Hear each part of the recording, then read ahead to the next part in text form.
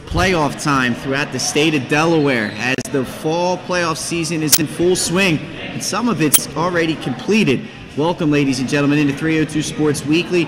We're back in Christiana at the Christiana location of Buffalo Wild Wings. I'm Pat Gariandes. Alongside me, Nick Alessandrini. How you doing tonight, Nick? Fantastic. Ready to be back at Route 7 Buffalo Wild Wings. It was a great tour while it lasted, but we're back home now and ready to get going. Absolutely. And once again, another reminder to all you folks at home, if you come down to the show, it's a great time to do it. One, you get great food here at Buffalo Wild Wings. Two, you get a chance to go away with some 302 merchandise. And one lucky fan every week, if you come down to the show and say you're here to watch the show, you're going to go home with a Buffalo Wild Wings gift card. Yeah, $25. That's a great deal just for coming and checking out the show. You can't beat it. And as usual, Pat, we're joined by Benny Mitchell, Mike Lang, and Jason Winchell is also here. You'll see him a little bit later. Guys, how we doing? Welcome back. Hey, it's great to be back on the road again, but I'm going to put a message out there. Yeah. Dover, Sussex Central, Delaware, Woodbridge, bring the trophy down south, and we'll come back down here with another show there. Absolutely. I'm a little upset that Benny had to drive. I feel bad for you, Benny. We did the road trip to Dover 2 weeks ago, and you guys were in Lewis last week. But it's good to be back home. Yeah, absolutely. And like we said, thanks for all the southern hospitality, so we say. Great shows down there. And like Benny said, if anybody brings the crown home, we'll come down there and see you. That's for darn sure. We also want to thank all the viewers from this weekend. It was one of our biggest weeks in 302 Sports history. Last week's show was the highest viewership this year. It's phenomenal that you guys are showing such support. And of course, the two football games that we showed, the Week 10 big time games, along with the state tournament reveal show, a grand total of over 12,000 views. Perhaps one of the most successful best weeks week, in 302 Sports history. So a big thanks to you guys. Absolutely. There, yeah, and absolutely, Pat. Some special guests we've got tonight. We're in. What's the word I'm looking for? Yeah, the champs are here. We're in the presence of greatness, as I should say. Special guests, they include DIAA volleyball champions, Wilmington Charter. They're sitting right behind us. You'll get to talk to them a little bit later. And we're also going to break down, get a little support for them back there. They're in the house. They brought the trophy. That's right, the trophy is in the house. I can feel the energy up here. I can feel it. And then we'll break down some football as well. Absolutely. Everybody in this room has touched that trophy, I believe, at one point. Yeah. We had one back in the day. You had one. I bet everybody's had one. But, yeah, absolutely. We had some big games. Obviously, we talked about it.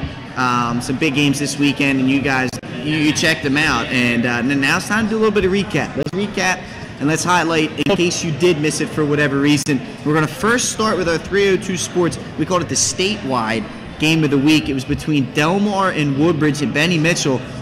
This one was great. Weather aside, this was a great game, and it might have shocked some people. It was Sussex County football, what can I say? The crowds, horrible weather, the crowds turned out. Let's get it started. Roll the tape. Go ahead, roll tape. The big show came to town on Friday night. It's 302 Sports statewide game of the week. It was in the tiny town of Greenwood. Delmar Wildcats, Woodbridge, they come in 5-0 in the Henlopen South. Here we go. This actual series actually began back in the 30s with Bridgeville and Delmar. The field conditions not so great. As you can see, conditions were terrible. But the fans showed for both. Some slipping, some sliding. Yeah. We're going to see. We're going to show you a little bit of how bad the conditions really were here as Troy Haynes slips on a pass down near the end zone. That was a fourth down play. Lucky that wasn't intercepted. The next series, Delmar goes to Buck, and whoops, down goes to Hunter. And no fault of his own, but it's some tough conditions to play in Friday night. Slips, falls, Aaron passes with a cone early in the game until Troy Haynes drops back off play action, and he drops the ball in the breadbasket, and Richard Massey does the rest. 56-yard touchdown pass. The Blue Raiders mix the extra point. They score first. Then, with 3:45 to go in the half, Tajon Hammond goes off left tackle for a touchdown, and Woodbridge will take a 14-0 lead in halftime. So I don't forget it. Just under 4 minutes to go in the third quarter. Richard Massey again taking the toss, winding his blockers, and taking it in for his second touchdown. The bridge goes up, 18-0. Then comes the dagger. As Dante Trader goes dive off right side, Brock Keeler makes the hit, knocks the ball loose. The Woodbridge players say, it's ours, it's ours. And out of the pack comes the man again. Richard Massey scoops up the ball and raises 82 yards. Look at the huge peel back block by LaTron Stones. and Massey scores his third touchdown of the game, and Woodbridge goes on to win the Henlopen Conference South 25-0. Massey scored through the air, on the ground, and a defensive score, and being named the Louis Pizza Co. Player of the game with Troy Haynes. Absolutely. I mean, it was phenomenal. And, you know, honest to God, Benny, that's the first time I've seen that fumble from that angle. I mean, I was down there on the sidelines, and I told you it was tough to see, but that was clear as day. That ball was loose. And I saw the news, one of the local news stations had the end zone shot of it, and he is actually like a cat digging it out. The ball's laying on the ground, he's digging it out of the mud, picks it up, takes off with it. But the block by Stones. Yeah, it was huge. Go back and watch that field back block. Yeah. Wow, they both go flying to the turf. Yeah, phenomenal. So that was Friday night. We saw a D2 battle. You saw number 1 and D2 go down. Followed it up Saturday morning with another opportunity maybe to see an upset. It was 9-0, number 2 Hodson, taking on 8-1, number 1 Middletown. And this one was a tightly contested battle. Again, the footing was a little bit of an issue, but it lived up every bit to what we expected it to be, as you're about to see right now. As we start this one off, we're going to start here. Najee Smith is going to start it off with the kick return. You see he's waiting for his blocks to set up. Can't quite get out of the grasp. All HVT all over him, and that was kind of a microcosm of the day. Hodson's defense was hot. They forced a 3-and-out on the opening drive. As you can see here, Pepper from Middletown is going to punt this one away, and then Cameron Thomas is going to field it. He's going to try and make a cut, and he kind of loses his footing. He falls down. Now here we go. Starting this one off, C.J. Henry. He's got a wide open receiver, Cameron Thomas. Oh, through the hands. The first of many plays that the Silver Eagles might be kicking themselves about. It's still scoreless here early in the first quarter. Again, Henry looking. This one incomplete. This one falls through the hands of Elijah Lewis. However, he would redeem himself later in the game. And you can see again, here's Nicky Johnston fielding the ball at the 5. Questionable decision. And then he tries to make a cut. And again, the footing just not there as he falls down as well. As we end this first quarter scoreless, by far the field conditions had something to do with that one. Both teams really struggled to move the ball. Late in the second quarter, it's Drew Fry finally putting some score on the board there as he runs it in on the QB keeper. Middletown's really only productive drive of the game. They drove about 60-some yards on this drive, and it was capped off by that Drew Fry touchdown. 7-0 Cavaliers. Marin down almost halftime. They go to Darius Hale on the screen pass. He's looking and again slips and falls. It's 7-0 at the half.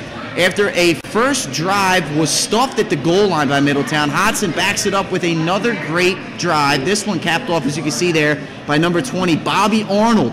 Hodson on the board, 7-6 midway through the third quarter. Extra point was blocked. Drew Fry on a 3rd down and long, trying to make something happen here. This one falls incomplete, overshooting his intended target there. Again, great coverage all day by the Hodson defense. Nobody was open for Middletown.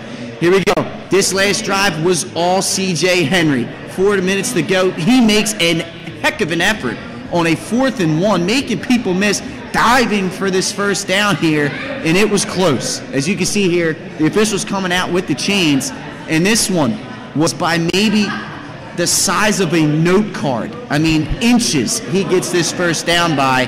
1st and 10, Hodson still has a chance. Later in the drive, the second QB keeper of the game. Look at the juke stick there by C.J. Henry. He kept his footing on that play, and he takes it in himself for the touchdown. He did it all on that last drive for Hodson as they take the lead 12-7 with 2.5 to go. Big play in the game here.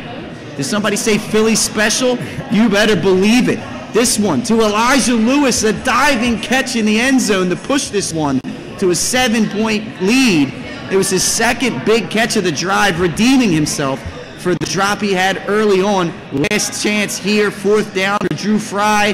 Can't hit Nicky Johnston as he lost his footing, and that pass falls incomplete. Hodson finishing off the undefeated regular season at 10-0, winning the Blue Hen Flight A Conference and handing Middletown only their 2nd loss in state in the last 2 years.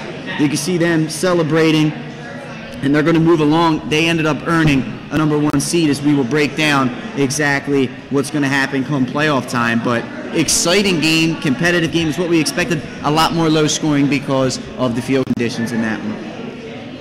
So we're going to keep moving right along. And Mike, you're up here. You're going to talk to us about the volleyball state championship game. It turned out to be a great one. It wasn't. I don't know how you can follow YouTube, so you have to bear with me.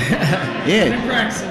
Yeah. See how we get this done. We have a chance behind us. Yeah. 2 new schools. It made it a little bit of freshness in the volleyball playoffs this year, huh? It was Archmere Charter, a rematch of the 2014 state final. That one won by Archmere. But this is a new group of girls, and the result. And whenever we're ready, we'll see if I can match you, Pat, for video highlight. That's it, man. No pressure. Mike Lang, Sports Center enthusiast. Championship volleyball. These teams know each other well. The Diamond State Athletic Conference goes. Here we go. First serve, and we're up, and it's going to be dig there by Hannah Wright. We go to Edmiston. She's blocked in Charter with the opening point. We're going to move way later in the set number 1. We're tied at 22. Here's a nice play by Kenny Swanson. And a little back and forth action going on here. Doug there by Swanson for Lecky. She's dubbed by Nimatawalu. Coaching off the tips. Archmere's last lead in the set, 23-22. That's their final lead, as I mentioned. Here is a blast down the middle. And Archmere calls a timeout. I'm sorry, they call a timeout after this set. Here's a dig by Matheny. And why not go back to Matheny? Nice soft touch down the middle by Maddie Matheny. And it's that point. Archmere called timeout here. Here's Addie Miller with the serve.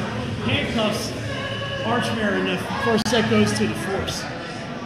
Let's move late in the second set. A service error brings Archmere back into a tie. It's 22-22, but no matter. Here's Miller with the dig, sets up for Matheny. Boom! Down the middle, Maddie Matheny, first team All-State. Very well deserved, too. We just saw Mallory in the corner. We're going to see her again on the dig. She gets it. Swanson there all night. Matheny with the touch. A little back and forth. 2 great teams. Jake Bryan tries to get it in. She can't. Little bump there, and down the sideline, the left side, the set point. Back to Matheny again, right in between the block and the net. 2 sets down Charter, and they can feel it. The excitement there, 2,500 at the Bob Carpenter Center. 23-20 Charter in the third set. Blocked there by Danny Waltz and Corinna Bielecki. Sends it to championship point. And we're going to see some defense on this play here. But we're not going to. We're just going to go with the play. Maddie Austria, you can't see her. She's off the right side. Here she comes. Serve goes in. And watch this defense by Charter here. So here's the first backline attack. Block. Then you go set it for Faith Merritt. Block number 2. They go back again to Faith Merritt. Block number 3. Archer's trying to play it. Oh, off the fingers, off the net. Championship point. And Charter wins the state volleyball championship for the first time. Congratulations to the Force. How about that, Mike? I mean, that's about as good as it gets for a championship game. Like passed the audition. You did great. Flying colors. That last volley there, that was impressive. I mean, block after block. Games end on a net violation, but the defense was great. 3 blocks by the Force there, and they had a great game plan. They outplayed Archmere, and they deserved to win. Absolutely. So there you have it. There's our recaps from what we saw this past week. And up next, after the break, Mike and Jay are going to interview the champs. Charter School of Wilmington volleyball team coming up right after the break.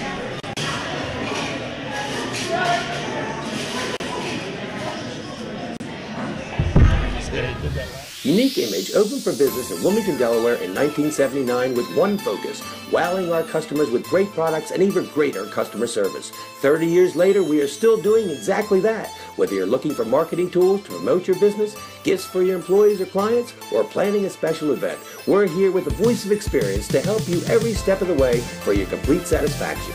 Visit our new showroom in the Mill Creek Shopping Center, 4577 Kirkwood Highway. Unique image, you envision, we create. Brian began his career in home finance in 2002 as a mortgage consultant. Since 2002, Brian has helped over 1,000 home buyers achieve their dreams of owning a home. Brian's knowledge of current market conditions and his detailed evaluation of buyers' finances ensures that each buyer will receive the best mortgage to fit their needs.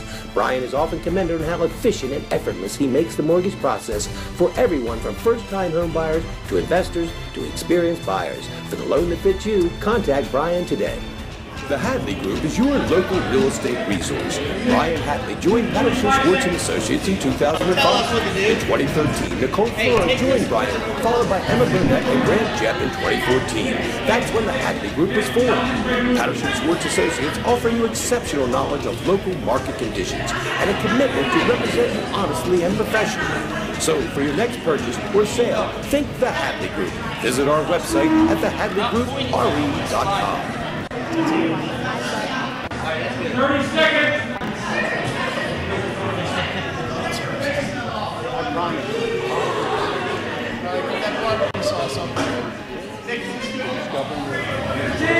Hit those. Push the button. They're on, right? Can you hear them?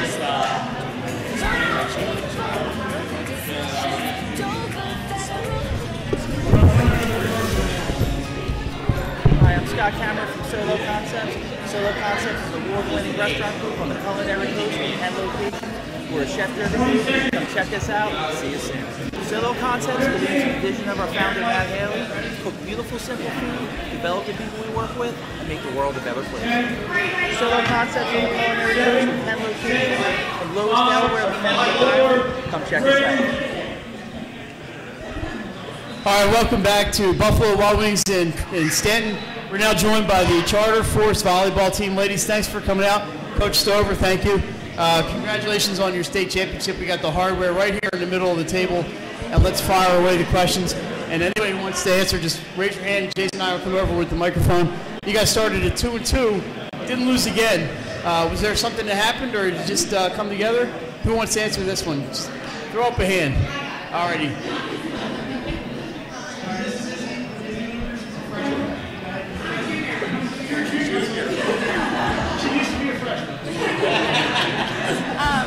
I think just like we all connected so much more throughout the season. I think those losses that were important brought us together, and we learned how to play as a team, and ever since then our flow was just incredible, and we played so well. I think everyone can say the same. Like, it was just such a great team to play on, and it was so fun, and when we found like that vibe, like we just went with it, and it worked for us, obviously. That's great. So we saw in that the last point of the match, the 3 blocks and then great defense all season long. Who wants to talk about how important defense is? Everybody likes the big hits, but who wants to talk about the importance of defense and how you approach that? How about our libero? So I definitely think defense is really important, but I mean, it's not just me, it's everyone on this entire team. Everyone has worked so hard at it, and I mean, I get a lot of recognition, but everyone on the team is just so good, and it's really important because if we don't get a pass up, we can't set, and then we can't hit, and then you just don't get any points. So it is really important, but everyone on our team is really good at it, and I'm really proud of us. So yeah. Hang on to that microphone. We're just going to do it this way. All right, so we're going to talk about the support you guys received, and I'm going to pick somebody here. I'm going to ask Corinna Bielecki right here. Corinna, talk about the red, white, and blue support you guys had on Monday, and also at the semifinal, and the school spirit at Charter. You guys get great support out there. Yeah, we have like the best fans, I think, out of the whole state. We all tell all of our friends, and they all come support, and all of our teams, they actually participated, and they all have the best chance. Danny Waltz, this is for you. What was it like to run over to that section the other day? I know Taylor's not here, and letting them know that you guys are going to be off from school yesterday and celebrating with them as well. The feeling was just incredible. It's a moment I can never describe in words. It's just like an in the moment type of thing. It still feels unreal. It was awesome. All right, somebody get that microphone to Addie Miller. Yeah, you're good, Addie. And you talk about that you ended the first set with an ace, and then Maddie opened the second set with an ace, but your ace just kind of seemed to handcuff him. Is there some kind of, were you surprised that it looked like it hit off of her chin almost? Is there something, what's your, I know you Coach Stover for positioning and stuff, but when it goes into a serve. He told me where to serve it, and it just happened to hit her, like, in her face, and it was so sad. I don't know. I didn't expect it to happen, but, like, I'm glad it did. At the point, I was just like, wow, like, I can't believe I ended the first set with that. It felt pretty good. That's awesome. Why don't you hand that microphone to your coach down there who's trying to hide in the dark. All right, Coach Dave Stover, you did a great job all year. And after the match, I noticed the girls coming over one by one and giving you a big hug. To talk about the relationship that you have with your players and how important that is, and especially in girls sports, it seems like it's really important. There's a big connection there. I told them before the game I was so proud of them for the season, not the wins and losses, just because it became such a great team, selfless, supporting each other. I said, before the game, just go out and have fun. Play, 1 point at a time and don't worry about the score. I had more fun with this group than I think any group of girls in years and years and years. I went to the gym yesterday, it was empty, and I was so sad because they weren't there. I hate when they put those nets away. And then one more for you. Archman is a great team. You guys know each other. I mean, you guys all know Archman very well in the same conference, and you know these girls. You play club ball with them. They're a very worthy opponent. We were surprised they only went 3 sets. Were you surprised that you were able to put them away in 3? Well, I've known Mary Pat since she was a student at a certain school where I used to be. And I've coached against her when she was at St. E's, and she's a great coach, and she always has the kids prepared. And I thanked her after the game because Archman had to use our gym for practice this year. They had trouble with their gym. She let me sit through their practice. And I learned so much from her just watching her run a practice I started using with my girls after that. So I kind of thank Mary Pat for helping us get to where we got. All righty, so who's the seniors here? All right, we're going to go over here to Gabby. You're going to speak. Gabby Shandon, now you're Maddie's not here tonight. I want to ask you, you're seniors, you played with her for 4 years. Just talk about her match the other night. She had 24 kills and 19 digs, and she's obviously been the foundation for that team for a while. Just talk about what she's meant to this charter team. Not trying to downplay anybody else here. Definitely. I've actually been playing with Maddie since 4th grade, so I know her pretty well. She's an awesome teammate. She really puts it away. She brings us all up, and you can always tell when she starts to get that feeling in her. She starts to pound on, and she starts getting so excited for the team, and it just brings us all up, and it's so much fun. I find, obviously I've met a lot of volleyball players and athletes over the years, and she's one of the most soft-spoken people, but she just turns into a different person when she's on the court. Definitely. I know a lot of the girls do, but she is one of the quieter people you'll meet until she's on the court. All right, the hand is down to Kenny down here. I told her we'd be getting her. She's not able to get out of this one. Kenny, you had 20 digs and 42 assists on Monday night. And just talk about, for you, what it means, how important it is for you to put the ball where your hitters want it and be able to play that kind of defense with all those digs. Right at Nick over there. It's obviously important for me to set up my hitters well, but they all make me look so good because they're the best. Defense is obviously so important. Starts out the play, and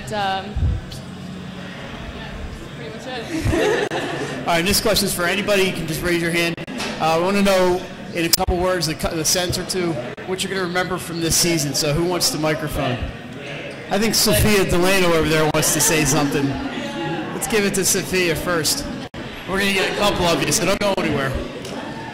This season was definitely an unforgettable season because on this team there was so much positivity and we all bonded really nicely. We all got along pretty well and worked together.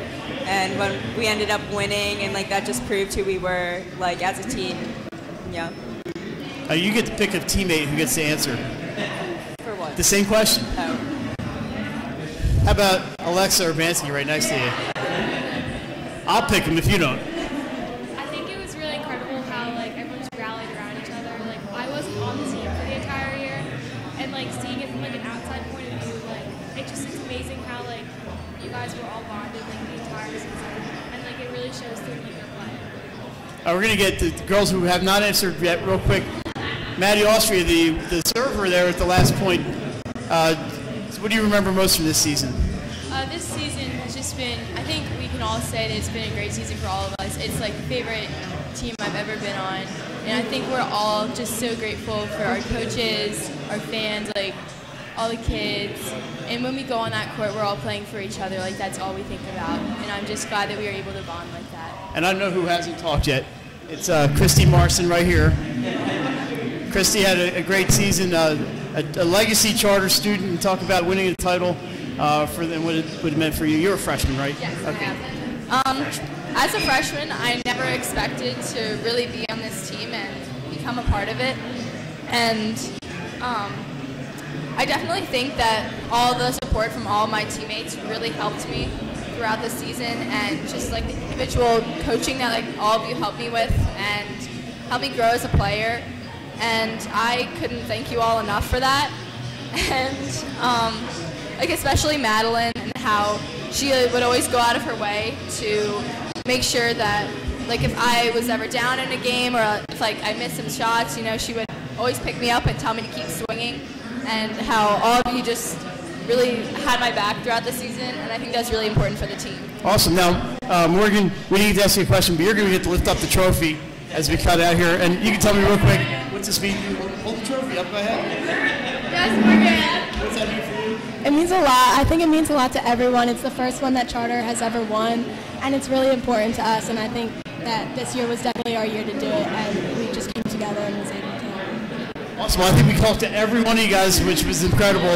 And I want to thank the Charter volleyball team for coming out. Great season. Finished 17-2. State champions. They can never take that away from you. And again, appreciate it. Maybe we'll do it again next year. What do you think? A two-peat. That's right. All right. Thanks to the Charter volleyball, and we'll be back on 302 Sports Weekly right after this.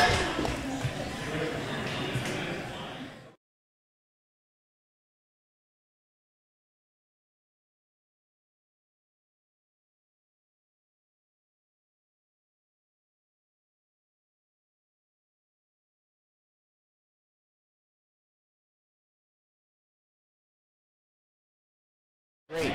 It looked great. It looked cool, yeah. Nick, you can bring us back out. You bring us out of break. Thanks. Who's on? You and Jay? Field hockey? Yep. Nah, not until football. Not until football.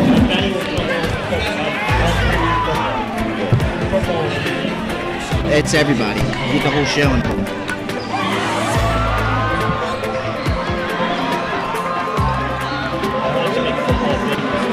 Yeah, we're gonna do. We're only gonna ask one person per game to break it down, and then we'll do picks. And we all do picks. Yeah, so I'll go right down. And then do the pick. Right. So I'll go the scores, and then you can go. So our championships are set, and then you can go into the breakdown. Is that cool? Yeah.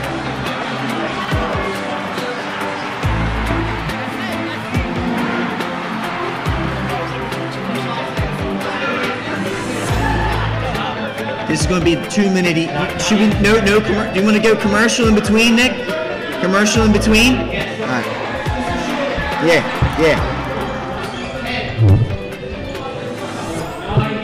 Bring us back.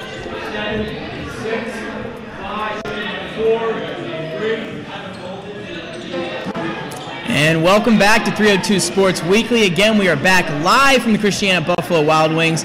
Before we move on, Pat, I just want to say a special thanks to the Charter 4 State Championship volleyball team for coming on the show tonight and allowing us to be in their presence of greatness. They are your 2018 volleyball state champs. Again, congratulations to them. But we're moving on now to field hockey as we have some semifinal matchups take place. Division II took place this afternoon at the University of Delaware, and the results are in. Number 1 Delmar over number 4 Lake Forest 4-0, and number 2 Caravel over number 6 Mount Pleasant 6-1.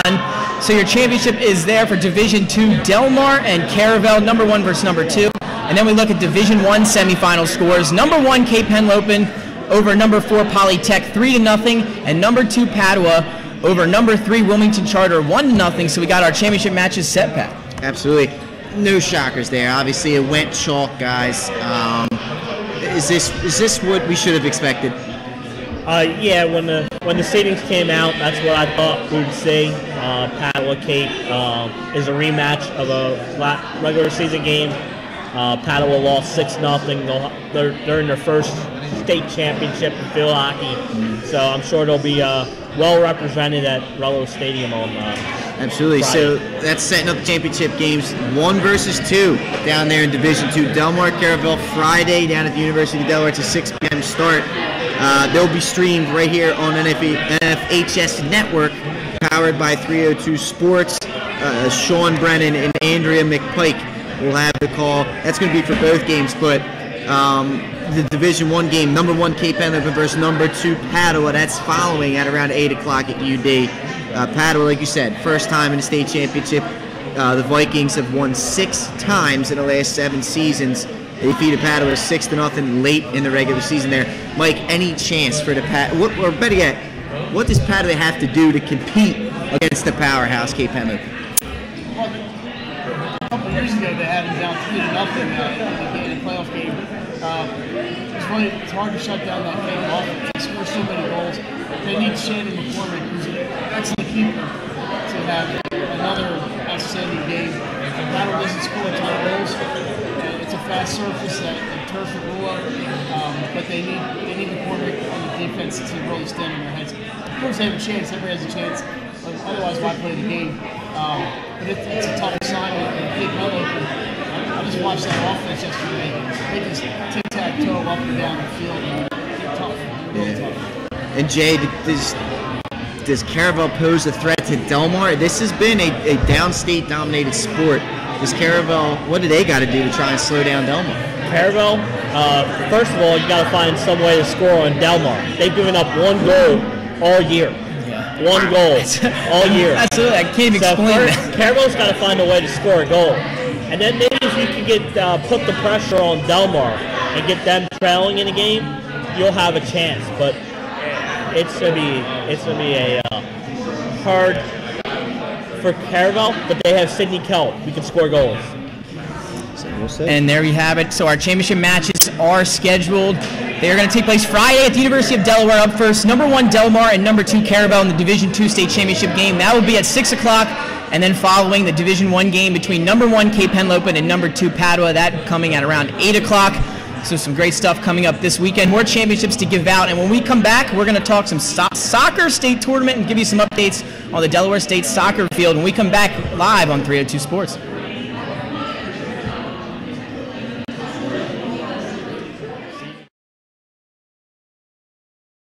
No matter where you are in life, at every stage, we are here for you, for all of life's big moments, and everything in between.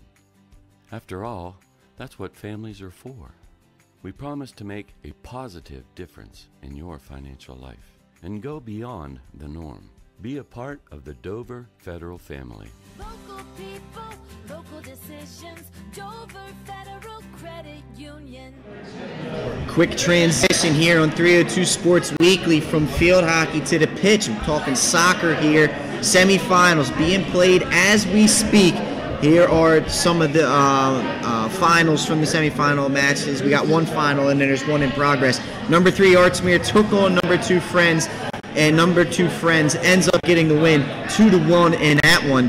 And then right now we're going to go to Mike Lang here. Number 1 Caravel, number 5 Indian River. How did that end up? It ended up the Caravel win. So the final, the 2 finals on set. It's Wilmington Friends and Caravel High School, and Caravel team, very tough defensive Wilmington Friends team. That's what we did. That's it, yeah. Caravel ended up getting that win 6-3. Friends making their first appearance in a soccer state final, Jay. What's on the line for this team, and do you think nerves could be a factor? Yeah, nerves will be a factor. Their first state championship appearance, but I'll tell you what, they've been playing good all year. They beat a very good Archmere team today, 2-1. They're a very good defensive team, friends, and they're going to have to try and shut down that Caravel offense. And let's talk a little bit about Caravel. Caravel defeated Indian River last year for the Division II championship, and the Bucks have reached the final three times in the last 4 seasons. It's pretty incredible there, and winning 2 of those. The school has 3 overall championships in just 6 appearances. Mike, talk to us a little bit about Caravel. They're high scoring, very skilled team, well coached. They score goals. That's what they do. They put up. They beat Archmere in the opening game of the season with 5 goals. I don't think Archmere gave up more than 3, except to Salesianum in the last game of the year. The rest of the season, they score. That's what they do. They're up and down. They just shoot, and they're going to test Friends in goal. Friends has a very dynamic player, Owen Kalama. He's fast as a wind, and he can shoot. And he's going to need to score a couple on Saturday, I think, against Caravel. I wouldn't be surprised if Friends does it. There you go. And you can catch that game, Friends versus Caravel, on the NFHS Network, powered by 302 Sports. That'll be Saturday. Keep an eye out for that time. It's to be determined. So keep an eye on 302 Sports to hear when that time is. Let's move along to Division I soccer. These games were played a little later. This is where we're going to rely on Mike for some updates. First game was number 5, William Penn, taking on the national powerhouse, the number 1 team in the state, Salesianum.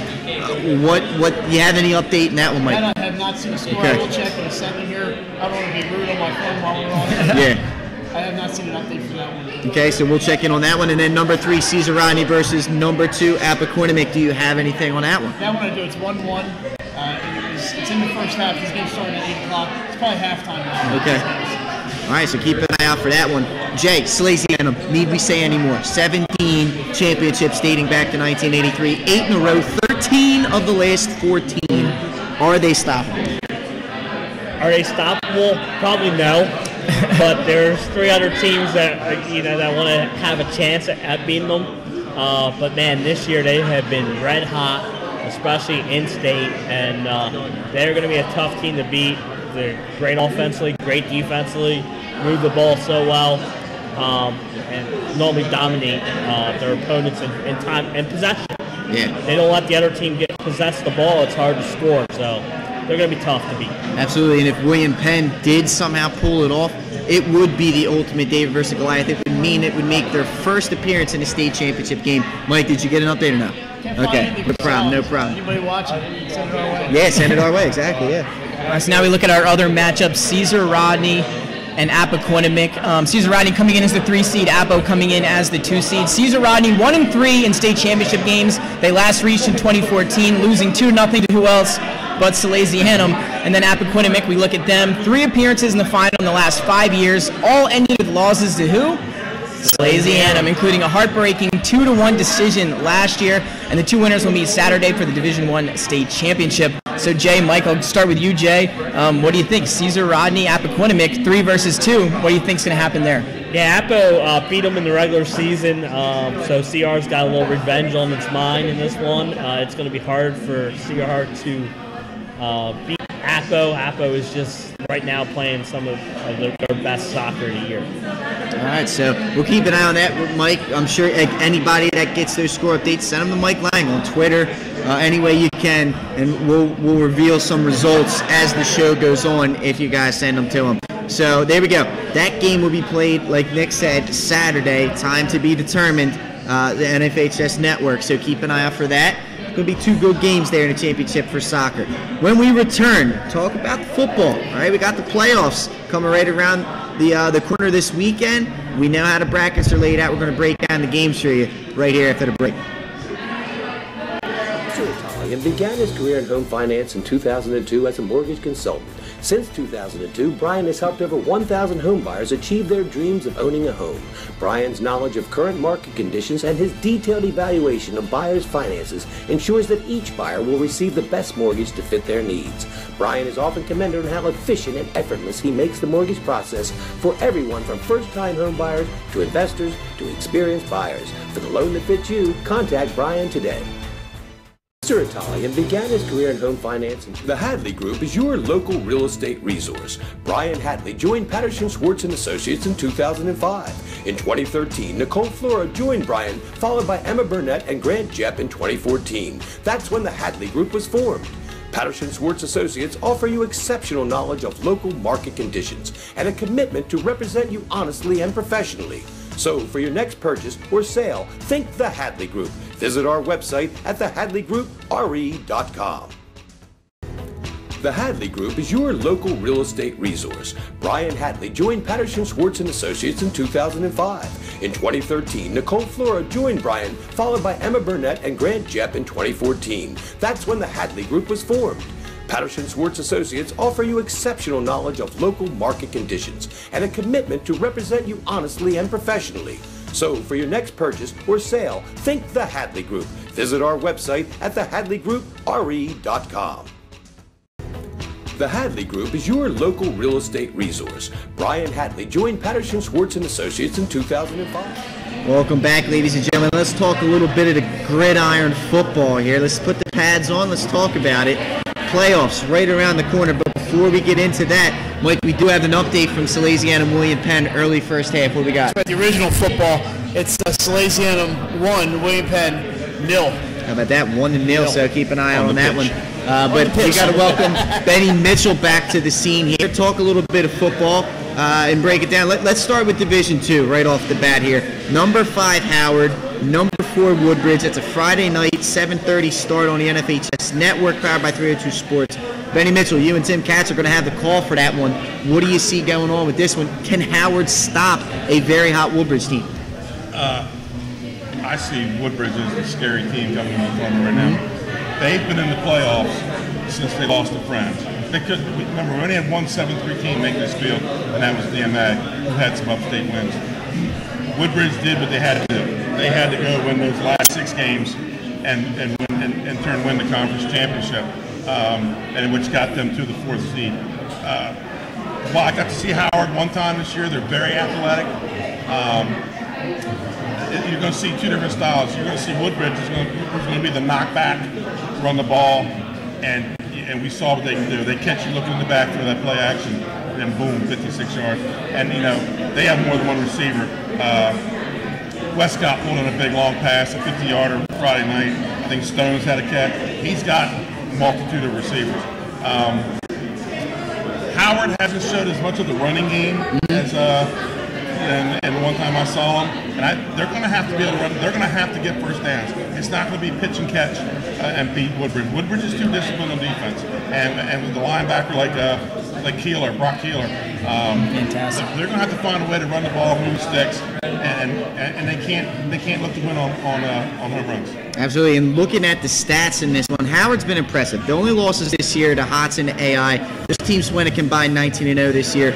The Wildcats, they do have a pretty potent offense, 28.6 points a game, and they're only giving up around 12 a game. Woodbridge has been just as impressive, 8-2 on the year. Losses to Dover and Friends in the first 3 weeks, like Benny, you alluded to, 7 in a row, including a big 25-0 victory. We showed that last week. They're averaging a tick under 37 points a game and only giving up 2 touchdowns. So this one should be evenly matched, but let's pick it. Benny, you're calling a game. You're off. Let's start with you, Jay. How do you see this one going, Howard Woodbridge? I think it's going to be closer than most people think, but I think Woodbridge wins by a couple scores late in that 4th quarter. And how about you, Jay? Mike? I like Woodbridge. They're coming in hot. That win over Delmar really gives them a boost coming into the playoffs. I did see Howard that one time this season, but I think it's just too much Bridge. Absolutely, I think the Bridge is one of the hottest, if not the hottest team in the state. I think they go down there and they beat Howard by 2 scores in this one. I'll say 28-14 in that one. But I've been proven wrong before. Nick, how do you see it going? I'm going to go Woodbridge again. I'm going to fall in line with everyone else here. I got a chance to watch them play multiple times this year. They're very impressive. They got a lot of stars on both sides of the ball, and I just think they're going to have a lot of firepower coming in after a huge win over Delmar. That can kind of catapult you into play even better. So I'm going to go Delmar, Pat. Yeah, the one thing I want to say about Woodbridge in that 7-game winning streak, I was wondering if it's if they're wearing after tired of having having to win week in, week out, or did that win Friday night re-energize them? Watching their reaction after the game, I think the win Friday night re-energized them. Now we're going to look ahead to our second matchup, staying in Division II, a team that Woodbridge just beat this past Friday night, Delmar. They come in as the number 6 seed, and they take on number 3 Archmere Saturday at 1 o'clock. Jay, how do you see this game going? I think this one's going to be close. I really do. Delmar is taking the 108-mile trip up to Claymont, Delaware. I did the math, 108 miles. From state line to state line. Correct. And so they're going to have a long travel in front of them, but it's a 1 o'clock game. They're going to come in off a loss while Archmere's won 9 in a row. So I think this is going to be closer than most people think. And it'll be interesting to see how this one goes down. And some notes on this one, Delmar, they had a 20-game win streak going into that game against Woodbridge. That was snapped after the loss there.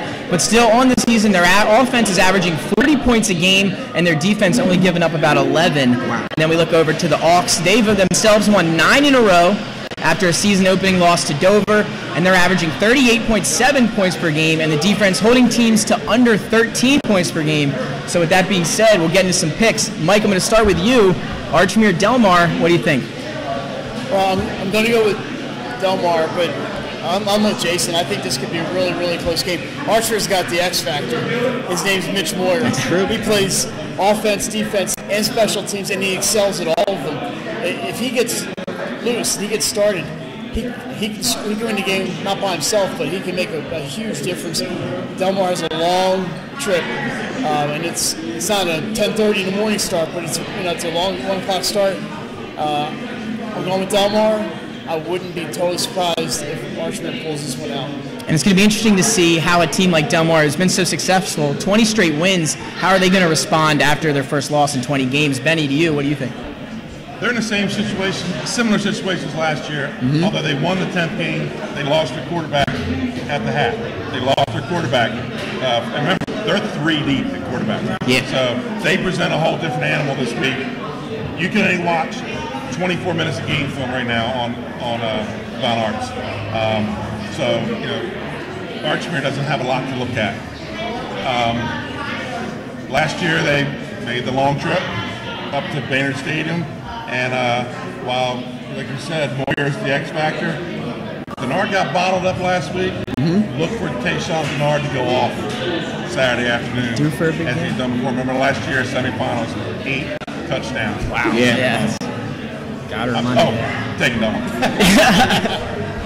All right, so there you have it with your picks. Pat, now over to you. Archmere, Delmar. You've been pretty good this year, I know, with your picks. So what do you think for this one? I think speed kills. All right, and I know Archmere likes to grind you down, and they're going to try to probably keep this game. I know both teams score a lot of points, but the only way they win this game is if they bottle up Delmar. There's no mud in this game. I think that's what slowed Delmar down week 10. You're playing on a turf field. Benefit goes to the faster team here. Plus, they're good. That loss is fresh in their mind. They're going to want to bounce back. I think Delmar pulls off the upset, although I think this game's a lot closer than you might think. I say Delmar by a touchdown, and I think it's going to be high scoring. I'll say they win 35-28. Jay, what about you? I know you didn't get a chance. Yeah, I think I'm with Pat. Delmar, Archmere's going to have to control the line, because that's what Woodbridge did last week. They punched Delmar in the mouth and were able to do it. I like Delmar in this one by a touchdown. And before we go on, I'm going to take Delmar as well. Now on to our next matchup. Another Division II matchup. Number 7, DMA, and number 2, Friends. This game takes place at Tower Hill at 1 o'clock. Number 7 versus number 2. So we'll start. Let's go with Jay on this one. We'll start with you. Or Mike, we're going to go with you on this one. I tricked you there. Sorry, a little bit. DMA and Friends, what do you got for this one? I have not seen Friends here. I have seen DMA. They're a different team after that little losing streak they had in the middle of the season. They lost to Sadie's and a couple other. Archmere beat them. They're healthy. That said, I don't know how Friends does it, but they just do it year after year. The game is on turf, and Pat said speed kills, and there's nobody speedier than Coronelline in this game for DMA. Somehow I think, like I said, Friends, I think they're going to find a way to pull it out. They prove people wrong every single year, and they are the 2 seed. So I'm going to go with the the Quakers, Wyatt Nelson and the Quakers. Yeah, and just breaking this one down, we saw the DMA, they struggled earlier this year, a lot of injuries. They still are averaging 31.5 points a game, only giving up 2 touchdowns. Friends comes in 8-1, undefeated against in-state opponents, including Woodbridge and Tower Hill, 2 playoff teams. They're averaging 33 a game, and they're only giving up 7.8 points a game. So we're going to see how this one goes. Real fast, fellas. How do you see this one going? So are you, Benny? I think it was a mistake for Wilmington Friends to move to the turf field. I think their style would have been better suited for the mud of Baynard. But that being said, I think it makes it a closer game. I think you're going to see Wyatt Nelson throwing the ball a little more than usual. I think Friends wins this one close. How about you, Jay? Yeah, I'm with Benny. I think Friends win 17-14. How about you, Mike? Well, I don't know if Friends, Benny, I'm not sure that was Friends' call to move that to turf. Maybe it was the stadium's call. I think it was the DIA's call. Okay, all right. All right, so I think that is an X factor. However, I think DMA will get shut down by Friends. You need to have more than just one weapon. I know DMA's got weapons. However, it's pretty clear. You stop Aline, you stop DMA. I think Friends does that, wins in a tight battle. I'll say 20-14 with a mixed extra point mixed in there. Nick, yeah, I was going to say 28-14 Friends. I got Friends in this one. All right, here we go. Last Division II game to break down. Number 8 Tower Hill visiting, or number 1 AI DuPont. However, this game will be played at Tower Hill in an odd thing there, obviously, with the weather and whatnot going on. Friday night, 7:30. Mike, what about you here? Tower Hill AI. Tower Hill's the shocking team this year. No one expected them to be there. They play a softer schedule than other schools, but they pile up wins, and then they get into the playoffs every year, and they surprise people, and they move on. And a lot of times, that said, AI, man, they put up some points. 43 points a game. Yep. How do you stop them if you're Tower Hill? Do they have the athletes to keep up with AI DuPont? I'm not sure they do. It is at home for Tower Hill. Maybe that gives them an advantage. But like Benny said last week, the schools are about 2 miles apart, so yeah, it's going to be a nice neighborhood battle out there in Greenville. Yeah, we're going to see both teams' defenses under the radar, only giving up about 7 points a game, so that's something to keep an eye on. However, AI does have that high-powered offense, so let's go right into this one. Benny, undefeated AI versus the mystery team of the playoffs this year in Tower Hill. Yeah, Tower Hill, that's a tough draw for a number 1 seed, because like you said, they're a mystery. I think the home field advantage is not going to be a big deal. I mean, heck, if they get caught in rush hour traffic, it's an 8-minute drive down to Tower Hill. I think it's 1.8 miles between the 2 schools. Yeah.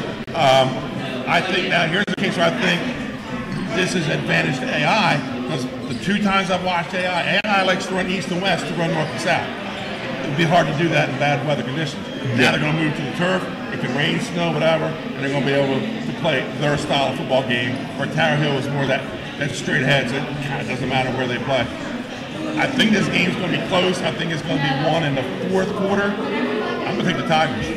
What about you, Jay? How you feeling? Yeah, I'm with Benny. I think this is going to be closer than most people think, but I'm going to, at the end, AI too much. I think they win 28-20. What about you, Mike? I'm going to go with AI. I don't know if Tower Hill has the resume to play a team with the talent that AI has. And just moving to the turf, I'm giving the advantage to the Tigers. I mean, I don't think Tower Hill's going to be able to stop AI offensively. However, with the offense that they run in the single wing, if they can get a couple of first downs, they can keep this game close. I think it's close going into that second half, but I think AI pulls away towards the end. They win this one like 42-20, somewhere around there. What do you think? Yeah, I'm going to have to go with AI too. We had them on the show, got to talk to them for a while. Great group of kids, great coach. I think AI gets this one. All right, so that's it for Division II. We're going to take a really quick commercial break. We're going to come back with Division I, break that down right here on 302 Sports Weekly. As a military wife, I love helping our airmen and their families with financial tools to help provide financial stability. I promise to make a positive difference in your financial life, from helping you to lower your payments to discovering ways to help you save for your children's future. Hi, I'm Scott Kammerer from Solo Concepts. Solo Concepts is an award-winning restaurant group on the culinary coast with 10 locations. We're a chef-driven group. Come check us out. See you soon. Solo Concepts believes in the vision of our founder, Matt Haley, cook beautiful, simple food, develop the people we work with, and make the world a better place. Soto Concepts on the Culinary Coast with 10 locations from Lowes, Delaware to Fenwick Island. Come check us out. We are back live from Buffalo Wild Wings, 302 Sports Weekly. Going to dive right into our Division I football breakdowns now as the playoff field is set. Our first matchup set for Division I, number 5 Salesianum at number 4 Middletown, coming off that loss to Hodson this past weekend. A game Friday night at 7:30 p.m. and it is the Fox 1290. We'll have the call for that one. I'm going to start over there with you, Benny. Sallies and Middletown. What do you think?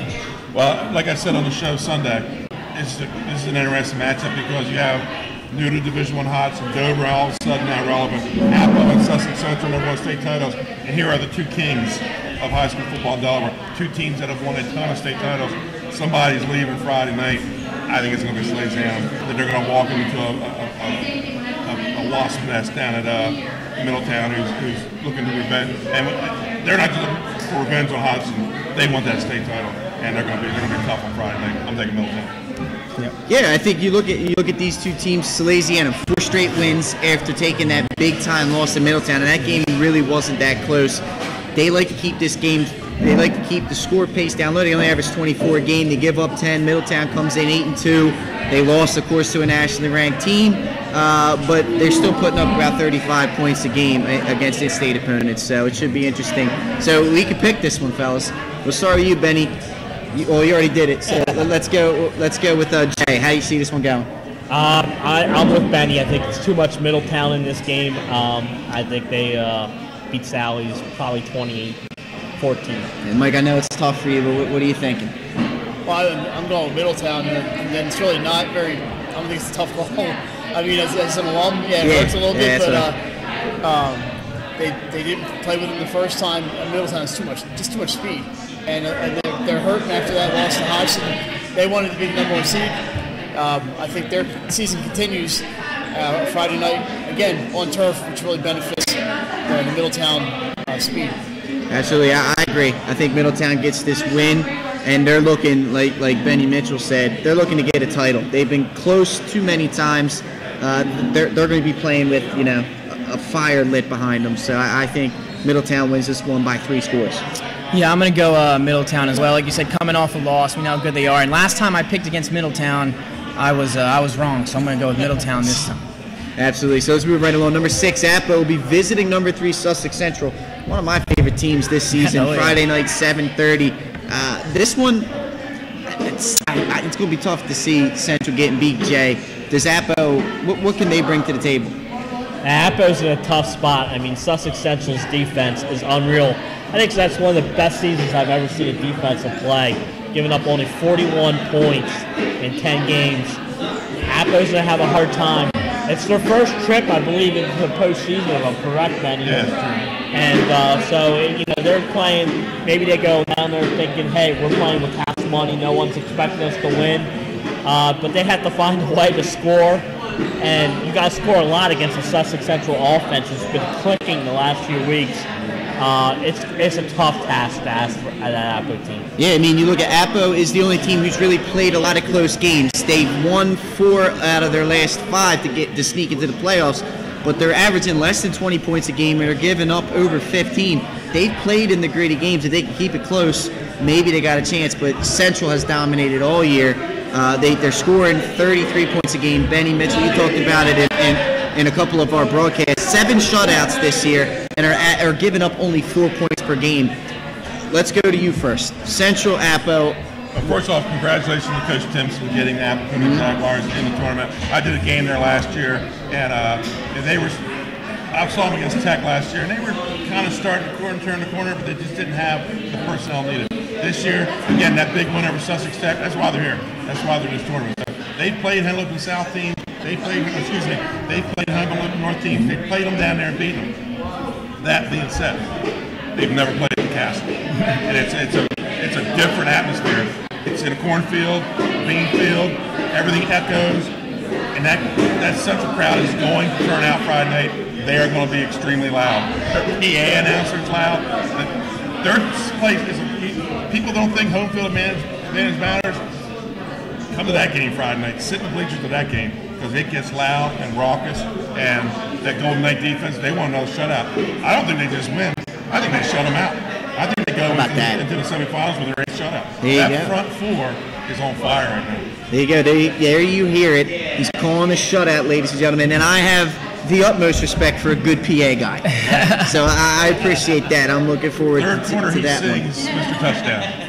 Oh, that's fantastic. That's fantastic. Yeah, we're going to have to check that one out. All right, Jay, do you agree with Benny's sentiment here? You think Central's just too much for Appo? Yeah, and I'm also with Benny. Sussex Central's going to get their 8th shutout. Oh, shutout city. And yeah, I just think Appo drew the wrong opponent in the first round. Mike, do you agree? Oh, yeah, Central should win this game, and I don't think it's going to be that close. But like Benny mentioned, Appo had to win Week 10 just to get in, and they got the job done. Maybe they get a little momentum going off of that one. I don't think it's going to be enough. It's a drive they got to make in unfamiliar territory, and a team that just doesn't give up any points. Yeah, I agree. I think Central comes with the win. I've been picking them all year, and I might continue to pick them as the year goes on, so I think Central gets the dub. Let me add one thing before Nick. 37 years since a Sussex County team has won a Division I state title. Keep that in mind. Wow. Keep that in mind. It may be time. And I've talked to John Wells about that. He's talked to his team about that. They're ready to represent. Let's see if they can do it for the next 3 weeks. That was Cape Henlopen that won. Seaford. And I'm gonna go against you guys by saying that it won't be a shutout, but I am taking Sussex Central to win, but not a shutout. Appo's going to get on the board. You heard it here first. All right, let's move right along. Dover the 2 seed and Hodson the 1 seed. Who's the biggest threat for either of these teams in the second round as far as matchup is concerned? I'll start with you, Benny, as far as Dover. Who's the matchup nightmare that they would not want to see? I think Dover's the nightmare matchup. Okay. It's hard to beat a team twice in the same season. We're probably going to see that in the semifinals. I didn't see the Central Dover game film. Central shut them out, 25-0, or 21-0. That's going to be hard to repeat. Both teams, the Central offense and defense getting better. Dover's defense is getting much better. They are pouring points on the board. I think Dover's a team nobody wants to see right now. As far as it won't be an upset in terms of seeding, but ranking-wise, Dover's down there. They're like number 5 in our rankings. Yeah. I think they're the nightmare team, and they're the 2 seed. All right, so Mike, as far as for number 1 seed undefeated Hodson, is Middletown really that nightmare scenario for them, or is it or Salesianum as far as a matchup is concerned? Well, if I'm Hodgson, I'm feeling pretty confident against either Salesianum or Middletown. Obviously, they just beat Middletown last week. That game, Hodgson's a higher seed. It would be on the grass, which benefits Hodgson, especially if it's a little wet and windy, although they might move the game to a turf field there. But let's assume it's going to be at Hodgson. I'm going to give the Silver Eagles the advantage over either Salesianum or Middletown. There's too much size on Hodgson. They're going to shut down the Sally's offense, I believe, if they play Sally. If they play Middletown, I see a real tight game, just like the last one. But I think Hodgson just, they're motivated. I think they just have too much. And we may not be back for a couple weeks. We're not sure about it yet. So next time you see us, the championships might have already been set. So now, with that, I raise this question to all 3 of you. Benny or Jason, we'll start with you. Based off your guys' picks and everything, who do you think is going to make the championship game? If you had to pick it right now, what is going to be the 2 teams? Who are going to be the 2 teams playing for the Division I state championship in a couple weeks? All right, I'm going with Middletown versus Sussex Central. It's going to be good. So I think Middletown will go in there and get the job done the second time against Hodson. I think they'll make the adjustments that they need to make. I think it'll be a very close game. It might come down to an extra point. And then I see Sussex Central getting by Dover thanks to their defense. A defense that has already shut out Dover once. I don't think they'll shut out Dover again. But I think Sussex Central gets it done in Middletown, Sussex Central in the final. What about you, Mike? You see anything different? Yeah, I've got Sussex Central against Hodgson. Okay. Just told you I think Hodgson moves on in that second round. So I see the immovable force and the irresistible object. Right. Some smash mouth football in the title game at the University of Delaware on that weekend. We don't know what night it's going to be or day it's going to be. If the Silver Eagles win, it's their first Division I state title. They've won a Division II, but we have to get there first, don't we? All right, Benny, what do you see? Who are the two teams you're seeing? I'm going to take all my knowledge and my prediction, and I'm going to take the coward's way out. I'm going to have to call on the Dover game in the first semifinal, and I'll probably have a Division II semifinal. So I'm going to stick with policy. That's fair enough. And I'm going to have a semifinal in each division. All right, so we're going to keep an eye out for that. On the NFHS network. Yes, it is. Keep it exactly right. Powered by 302 Sports. So we'll keep an eye on it. Like we said, not 1,000% sure if we're going to be here the next 2 weeks, but if we are, stay tuned. We'll keep you updated with that. And also, before we move on to our final push, we want to first say congratulations to both St. John the Beloved on winning the CYM JV championship in football and on the Angels on winning the varsity championship. Both games can be seen in their entirety on our YouTube channel. And that's the future of Delaware high school football. So get on there and take a look at it. So right now, we're going to take our last commercial break of the night. We're going to come back, Players of the Week, and your top plays here on 302 Sports Weekly.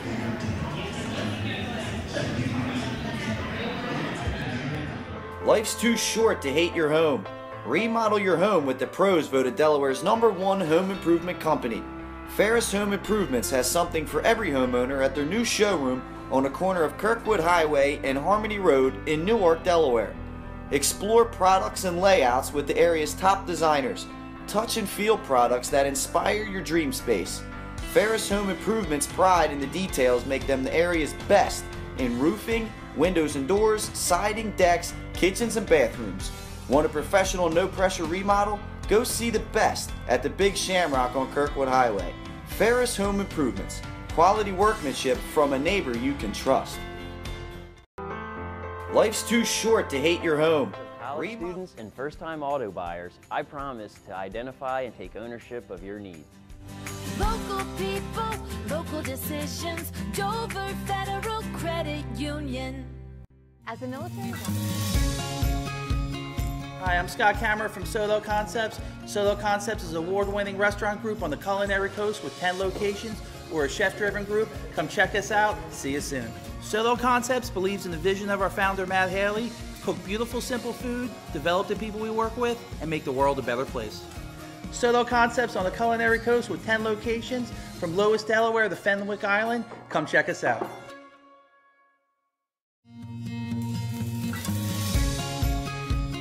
Hi, I'm Scott Kammerer. No matter where you are in life, at every stage, we are here for you, for all of life's big moments, and everything in between. After all, that's what families are for. We promise to make a positive difference in your financial life and go beyond the norm. Be a part of the Dover Federal family. Local people, local decisions, Dover Federal Credit Union. No matter where you are in life, at every stage, we are here for you, for all of life's big moments, and everything in between. After all, that's what families are for. We promise to make a positive difference in your financial life and go beyond the norm. Be a part of the Dover Federal family. Local people, local decisions, Dover Federal Credit Union. No matter where. Unique Image opened for business in Wilmington, Delaware in 1979 with one focus: wowing our customers with great products and even greater customer service. 30 years later, we are still doing exactly that. Whether you're looking for marketing tools to promote your business, gifts for your employees or clients, or planning a special event, we're here with the voice of experience to help you every step of the way for your complete satisfaction. Visit our new showroom in the Mill Creek Shopping Center, 4570. And welcome back to 302 Sports Weekly. We're going to give you your rundown and get out of here. But before we do that, we have some soccer tournament updates for you. Appoquinimink and Cesar Rodney are tied 2-2. And then Salesianum's up 2-0 over William Penn. So some soccer tournament updates there for you. And if you want to catch any of our professional or college athletes, make sure to head to our website. You can check those out. We're going to get right into our Player of the Week nominations. For the girls, the winner was Maddie Matheny, obviously, from Wilmington Charter and the state champion Force volleyball team. She led the Force to their first volleyball championship, 48 kills, 55 digs, 4 aces, and 4 blocks in the 3 wins, and 24 kills and 19 digs in the championship alone. That's it. And our boys player of the week was Javon Peace, the junior, running back from Dover. Rushed for over 350 yards and 5 touchdowns in the Dover's 40-2 victory over CR. Congratulations to both those players on a job well done. And now, ladies and gentlemen, we're moving right along into our top 5 plays of the week. And here we go, starting with number 5. This is Troy Haynes to Richard Massey. We saw it a little bit earlier, 56 yards of a touchdown. Play action pass. It's the first pass of the game, and it's right in the old breadbasket, like Benny Mitchell said. That's a prime-time dime. You can't ask for a better throw than that. Massey's first of many touchdowns in this one in the upset win. Now over to something we may have seen a few times. C.J. Henry, Bobby Hart, and Elijah Lewis and the Hodson Silver Eagles looking to upset Middletown. And here they hit you with the Philly for the 2-point conversion to extend the lead to 7. They would go on to win the game 14-7, and they are your number 1 seed for the tournament. Absolutely. And moving on to number 3, it's Julia Kochi with the one-handed diving save for Archmere. They ended up as the runner-up this year, as we interviewed the champs a little bit earlier. Watch the effort here. Oh! That's a great save there by Kochi. That's exactly right. And unfortunately for Kochi and Archmere, Charlotte ended up getting the win, as we saw earlier. Wouldn't be enough. Now on to number 2, C.J. Henry. You had this one earlier, Pat. Look at the move he puts on the safety. Sees the hole, follows his blocker. Safety tries to make a play, but he just can't. I think he left his shoes and his ankles out on the field there. C.J. Henry, what a move up the middle. He takes it for the touchdown, like we said earlier. Hodson, they're your number 1 seed. Here's your number 1. It's Maddie Matheny with the monster kill off the block. This is it right here early on in set number 3. It's 16-12, and watch this. Boom. Great block. Great save. And are you kidding me? You stepping in front of that, Nick? Are you stepping in front of that? No shot. I'm getting out of the building. I'll tell you what, man. Hey, Pat, Coach is here watching this. I know, Coach is loving it right now. You gotta put a radar gun on that one day. I'm telling you, you gotta see exactly how hard she's hitting the ball. But there you have it. There's your top plays of the week. Thanks for everybody for tuning in. And once again, just a reminder, we won't be back here until December 5th. All right, we're taking a 2-week hiatus. We have a lot of stuff going on. So we'll see you back here in 2 weeks, Nick. Yeah, absolutely. And thanks to all our sponsors and everything you see during the games. Make sure to show your support for them and us as well. And remember to tune in when we do come back December 5th, like Pat said. And that will do it here for us at 302 Sports. For Nick Allison Jr., my co-host Pat Garianis, and everyone behind the scenes, Leonard Evans, Nick Holliday, Jason Winchell, Mike Lang, Benny Mitchell, everyone's here today. And we'll see you next time.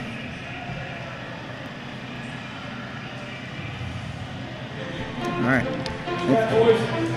Peace and love. Peace and love. There we go. Sixers just can't think. 20 seconds on the second set. This is perfect. Dude, they were up 14. They were up 14 with 9 minutes left. Gave up a 6.